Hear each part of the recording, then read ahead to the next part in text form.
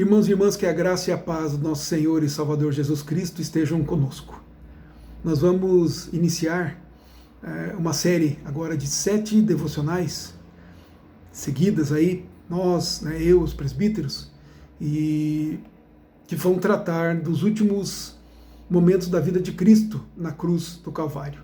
Naquela cruz, então, naquelas últimas 3 horas da sua vida, ele proferiu 7 brados, 7 palavras, e nós vamos então tratar de cada uma delas em cada um dos dias seguintes. A primeira delas é palavra de perdão. E eu tenho aqui fiz um resumo de uma palavra, de um sermão do pastor Arthur Pink, um pastor inglês do passado, e onde ele prega então a respeito dessas 7 palavras.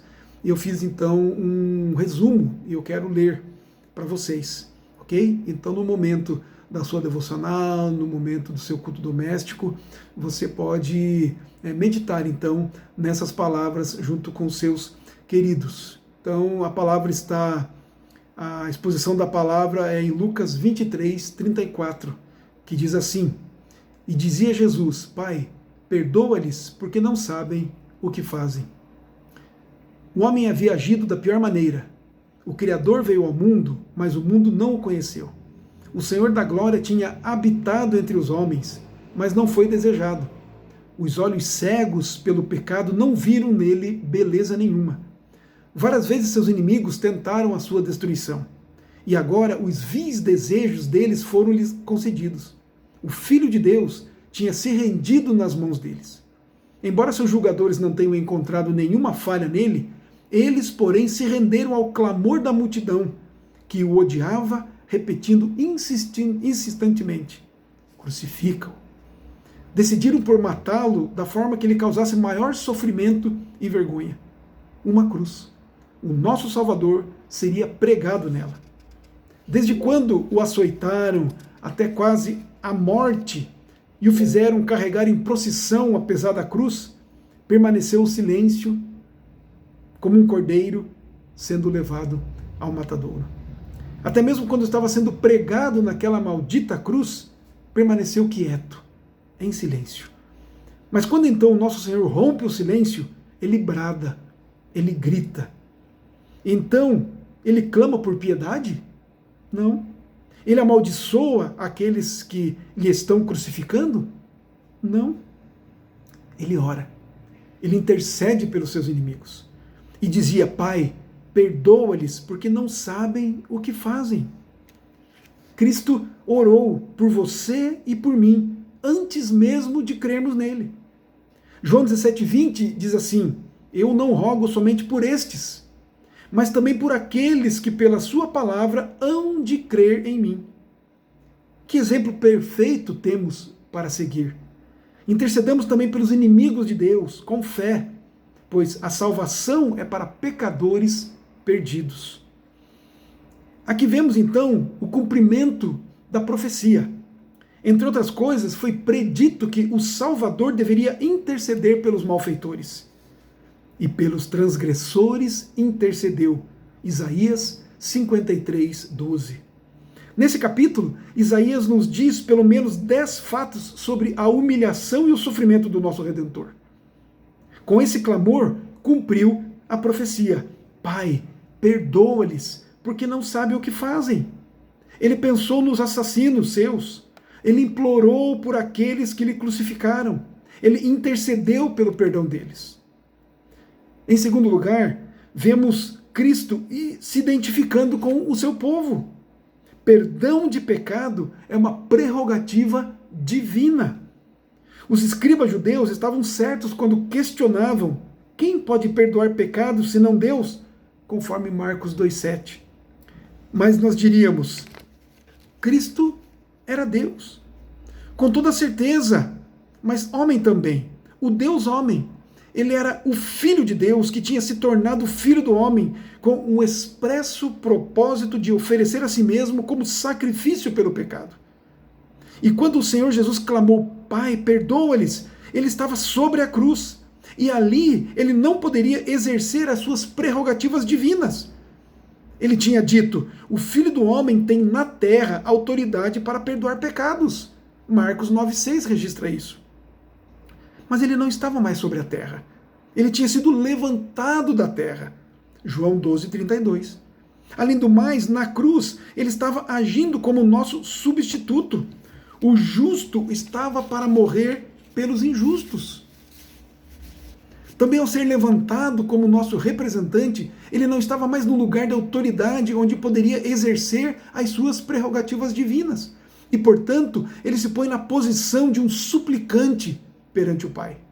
Assim, nós podemos dizer que quando o bendito Senhor Jesus clamou, Pai, perdoa-lhes, o vemos absolutamente identificado com o seu povo. Não estava mais na posição de autoridade sobre a terra, onde ele tinha o poder ou o direito de perdoar pecados. Ao invés disso, ele intercede pelos pecadores, da mesma forma como nós devemos também fazer. Em terceiro lugar, aqui vemos a avaliação que Deus faz do pecado e a sua consequente culpa. O pecado é sempre pecado aos olhos de Deus, quer estejamos conscientes dele ou não. Pecados cometidos por ignorância precisam de expiação tanto quanto os conscientes. Deus é santo e ele não rebaixará seu padrão de justiça ao nível da nossa ignorância. Ignorância não é inocência. Na verdade, ignorância é mais culpada agora do que na época de Moisés. Nós não temos desculpas pela nossa ignorância. Deus tem revelado clara e plenamente a sua vontade. A Bíblia está nas nossas mãos. E não podemos alegar ignorância do seu conteúdo, exceto para condenar-nos por causa da nossa preguiça. E ele tem falado, e por sua palavra nós seremos julgados. E todavia permanece o fato de que somos ignorantes de muitas coisas, e o erro e a culpa são nossos.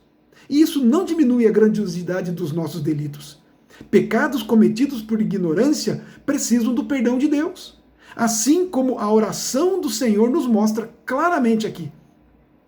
Aprendamos então, queridos, quão alto é o padrão de Deus, quão grande é a nossa necessidade, e o louvemos por uma expiação de suficiência infinita, que limpa, perdoa, purifica todo o pecado. Em quarto lugar, vemos a cegueira do coração humano, porque não sabem o que fazem. Pai, perdoa-lhes porque não sabem o que fazem. Isso não significa que os inimigos de Cristo eram ignorantes do fato da sua crucificação. Eles sabiam perfeitamente o que tinham feito, pois que tinham clamado, crucifica-o. Eles sabiam perfeitamente que o seu abominável pedido lhes tinha sido concedido por Pilatos. Eles sabiam perfeitamente que ele tinha sido pregado na cruz, pois eram testemunhas oculares desse crime. O que então o Senhor quis dizer quando disse, porque não sabem o que fazem? Ele quis dizer que eles eram ignorantes quanto à grandeza do crime que estavam praticando. Eles não sabiam que era o Senhor da glória que eles estavam crucificando. A ênfase, portanto, não é sobre porque não sabem, mas a ênfase é porque não sabem o que fazem. Mas eles deveriam ter sabido. A cegueira deles era indesculpável. Pois as profecias do Antigo Testamento, que eles diziam conhecer, estavam se cumprindo em Cristo. E eram suficientemente claras para identificá-lo como o Messias e o Santo de Deus. Seu ensino era singular, pois os seus próprios críticos foram forçados a admitir, conforme João 7,46, nunca homem algum falou assim como este homem. E o que dizer da sua vida perfeita? Como é triste, queridos, pensarmos que essa terrível tragédia ainda está sendo repetida hoje. Você pode ser salvo agora mesmo. Basta crer que Jesus Cristo é o Filho de Deus e Salvador. A palavra mesmo nos diz, crê no Senhor Jesus Cristo e serás salvo. Em quinto lugar, vemos aqui uma exemplificação amorosa do seu próprio ensino. No Sermão do Monte, o nosso Senhor Jesus ensinou aos seus discípulos assim, amai os vossos inimigos, bendizei os que vos maldizem, fazei bem aos que vos odeiam e orai pelos que vos maltratam e vos perseguem. Mateus 5, 44.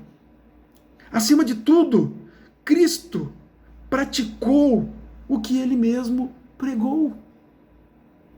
Em sexto lugar, aqui vemos a grande e primária necessidade do homem. A primeira lição importante que todos precisamos aprender é que somos pecadores e, como tais, inaptos para estarmos na presença de um Deus santo. É em vão que escolhemos nobres ideais, adotamos boas resoluções e aceitamos excelentes regras pelas quais viver, até que a questão do pecado tenha sido resolvida. Não é de proveito algum tentar desenvolver um belo caráter e ter por objetivo obter a aprovação de Deus, enquanto há pecado entre ele, Deus, e as nossas almas. Qual a utilidade dos sapatos se os nossos pés estão paralisados? De que utilidade são os óculos se somos cegos? A questão do perdão dos meus pecados é básica, é fundamental, é vital. Não importa se somos altamente respeitados por um círculo de amplos amigos ou se ainda estamos em nossos pecados. Não importa se somos honestos em nossos negócios, se ainda somos transgressores não perdoados aos olhos de Deus. O que importará na hora da morte será: os nossos pecados foram expurgados pelo sangue de Cristo? E disse-lhes: assim está escrito, e assim convinha que o Cristo padecesse, e ao terceiro dia ressuscitasse dos mortos, e em seu nome se pregasse o arrependimento e a remissão dos pecados em todas as nações, começando por Jerusalém. Lucas 24, versos 46 e 47.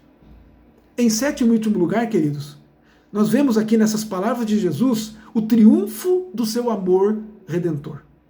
Notemos atentamente a palavra com a qual o texto começa.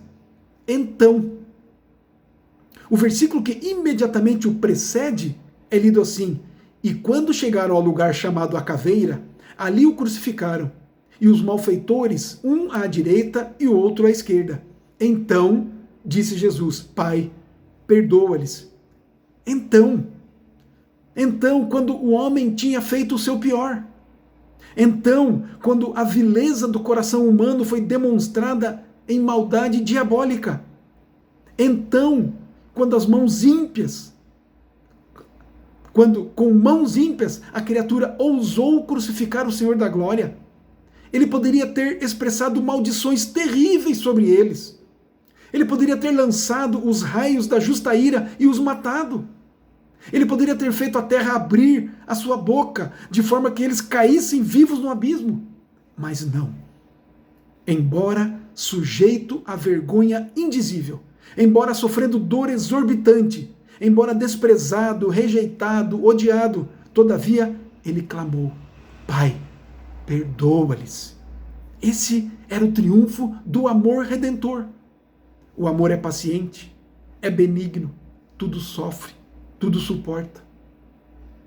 Assim foi demonstrado este amor na cruz do Calvário, pelo nosso bendito, maravilhoso Senhor Jesus Cristo e Salvador nosso.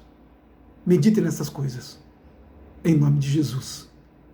Amém.